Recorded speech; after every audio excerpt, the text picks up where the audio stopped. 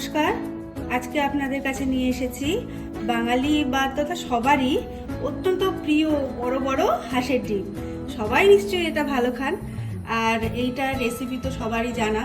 অনেকেই আপনারা পেঁয়াজ রসুন দিয়ে খান, অনেকেই শীতকালে আবার ফুলকপি দিয়ে খান, কিন্তু আজকে আমি যে রেসিপিটা করব সেটা হচ্ছে পেঁয়াজ রসুন ছাড়া হাঁসের ডিমের ঝোল। চলুন দেখে নিই কীভাবে করছি। ডিমগুলো সেদ্ধ করে নিয়েছি, এবারে ডিমগুলো সুতো দিয়ে কেটে কেটে দেবেন। আপনারা অনেকেই ছোটোবেলায় হয়তো খেয়েছেন ডিম এরকম ভাগ করে, আমি আজকে সেইভাবেই করব। কিরে আয় আয়, সুতোটা ধর। দাও দাও দাও। তোর তো খুব মজা লাগে এটা করতে। হ্যাঁ হ্যাঁ, এটা আমার খুব ফেভারিট। শক্ত করে, শক্ত করে। আমাকে বড় পার্টটা দেবে। দুটো সমান সমান দেখতেই কি ভালো। হ্যাঁ, শীতকাল মানে তো এটা ম্যান্ডেটরি, এটা যদি না হয় শীতকাল তো একদম বৃথা। কিন্তু দুঃখের বিষয় কি জানেন, আমি ডিম খেতে পারি না। ডিম খেলে আমার একটু অ্যালার্জি হয়ে যায়। শুধু হাঁসের ডিম বলে নয়, এমনি ডিম খেলেও হয়। আমার ডিম খেলে পেটে ব্যথা হয়। আজকে ওদের জন্যই করছি। ডিমের কুসুমটা খেলে তোমার অনেক পেটে ব্যথা হয়। হ্যাঁ হ্যাঁ, সাদা পার্টটা তাও বা খেতে পারো, কিন্তু তোমার তো স্যাড ফিল হয় যে চলো, আমাদেরও স্যাড ফিল হয় মাঝে মাঝে। কিন্তু হাঁসের ডিমটাই ছিল কিন্তু আমার সব থেকে প্রিয়। হাঁসের ডিম আমার খুব ফেভারিট ছিল, কিন্তু সেটাই খেতে পারি না। ত্যাগ ত্যাগ আর ত্যাগ। কি সুন্দর কালার ডিমের কুসুমগুলোর। কুসুমগুলোর কালারই তো দারুণ হয়। এটা কাটলে না কেন? এইটা একটু নরম নরম কুসুমটা আছে ওই জন্য। আচ্ছা আচ্ছা, এরপরে এবারে কি এর করতে মধ্যে হবে? হ্যাঁ, এর মধ্যে নুন হলুদ মাখিয়ে নেব, মাখিয়ে এটাকে ভাজবো।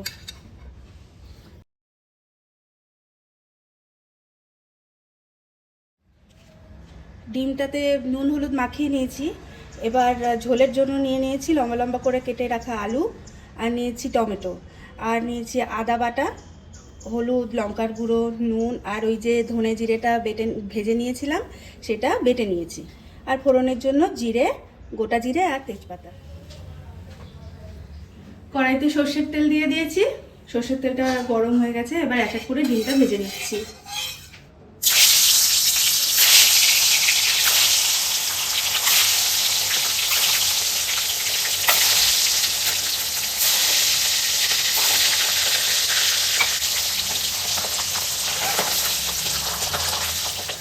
ভাজা হয়ে গেছে, তুলে দিচ্ছি। এই দেখুন কুসুম আর সাদা অংশ আলাদা হয়ে গেছে। এটার জন্য আমি একটুখানি এর মধ্যে আটা মিশিয়ে, আটা মাখিয়ে ভাজি। আজকে ভাজলাম না, না পরেরগুলোতে আটা দিয়ে ভাজবো। ময়দা দিই না, বেসনও দিই না, আটা দিই। একটু আটা গুঁড়ি মিশিয়ে নিচ্ছে, এবারে একটু সেট করে নিচ্ছে, এটা দিয়ে দিচ্ছি। একটু জল জল তো থাকেই, গোলানোর দরকার হয় না। গোলালে আবার ভিতরটা ভালো করে ভাজা হবে না। দেখুন এটাও ভাজা হয়ে গেছে, কি সুন্দর রয়েছে। এবারে এই তেলে ফোড়ন দিয়ে দিচ্ছি, গোটা জিরে আর তেজপাতা। আলুগুলো দিয়ে দিচ্ছি।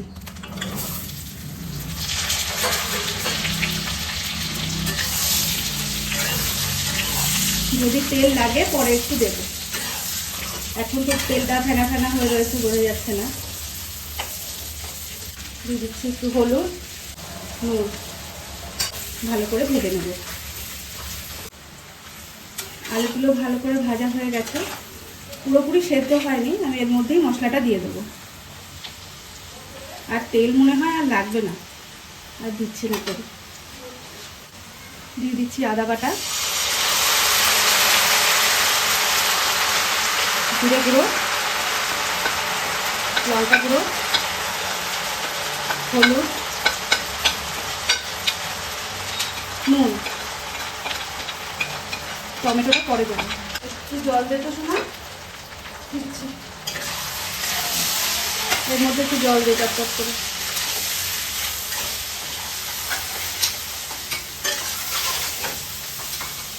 একটুখানি অল্প দে। ব্যাস, ভালো করে কষিয়ে নেব। কষাটা হচ্ছে আস্তে আস্তে, বেশ তেল ছেড়ে এসেছে।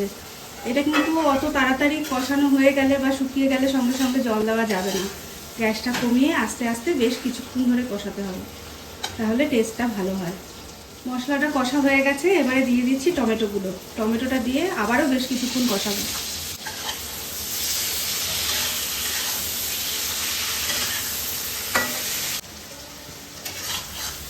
এবারে কষা হয়ে গেছে, টমেটোগুলোও একেবারে সেদ্ধ হয়ে গেছে।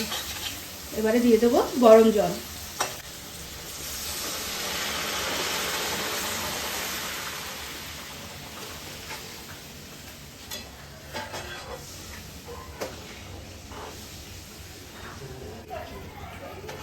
ঝোলটা বেশ কিছুক্ষণ ফুটেছে, এই ঝোলটা একটু ঘন ঘন ভালো লাগে।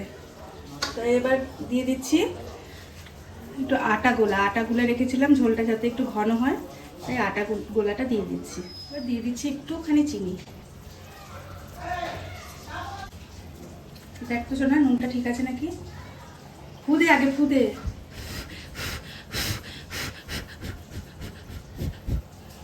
দেখিস গরম না লাগে।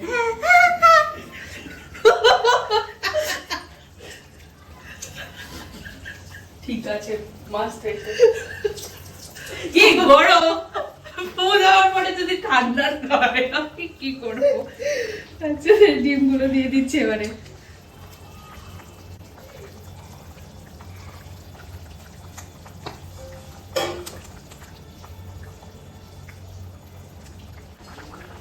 দিয়ে দিচ্ছি এলাচ আর দারচিনি গুঁড়ো করে।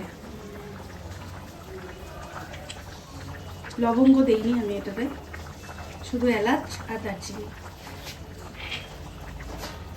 আমি গুঁড়ো করে দিয়েছি। হ্যাঁ, ভালো লাগে মাঝে মাঝে কিছু কিছু কাজ করতে, ভুলভাল করি মাঝে মাঝে, বাট ঠিক আছে। না না, অনেক কাজ করিস।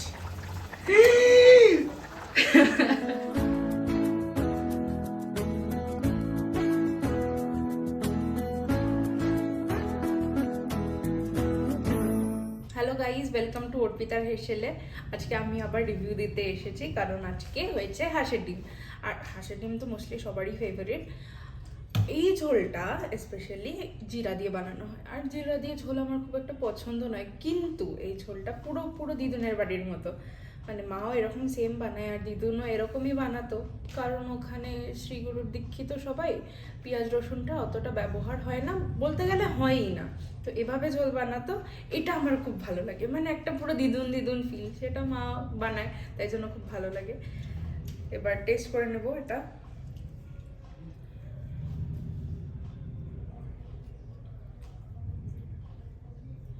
না, ঝোলটা কিন্তু খুব সুন্দর কালার হয়েছে।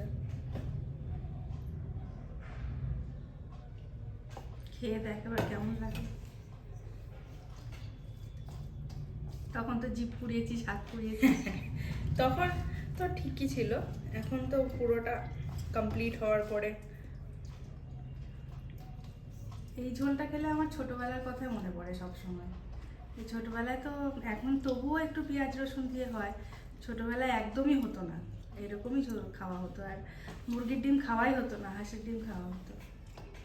খুব ভালো, খুবই ভালো। আপনারা তো দেখেই নিয়েছেন কিভাবে রেসিপিটা বানাতে হয়। আমি পার্সোনালি রিকোয়েস্ট করছি, এটা মানে ট্রাই করে দেখবেন, খুব ভালো লাগে। খুব সুন্দর একটা ওয়ার্ম ফিলিং হয়। পেঁয়াজ রসুন দিয়ে তো খাওয়াই হয়, একটু এরকমভাবে খেয়ে দেখবেন, সত্যিই ভালো লাগবে। Bye bye. আর ভিডিওগুলো ভালো লাগলে লাইক শেয়ার সাবস্ক্রাইব করবেন, ফেসবুক আর পেজটা ফলো করবেন, আর ইনস্টাগ্রামেও আইডি আছে, সেটাও ফলো করবেন। Bye bye.